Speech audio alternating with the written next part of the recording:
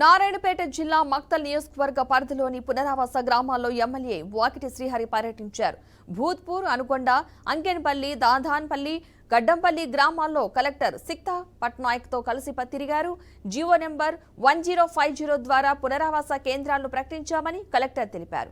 అప్పటి నుండి ఇప్పటి వరకు సుమారు 15 ఏళ్లుగా ఎలాంటి అభివృద్ధి పనులు లేక కొత్త R&R సెంటర్లు ఏర్పాటు చేయకపోవడం వల్ల నిర్వాసితులు పడుతున్న సమస్యలపై కలెక్టర్కు ఎమ్మెల్యే వివరించారు.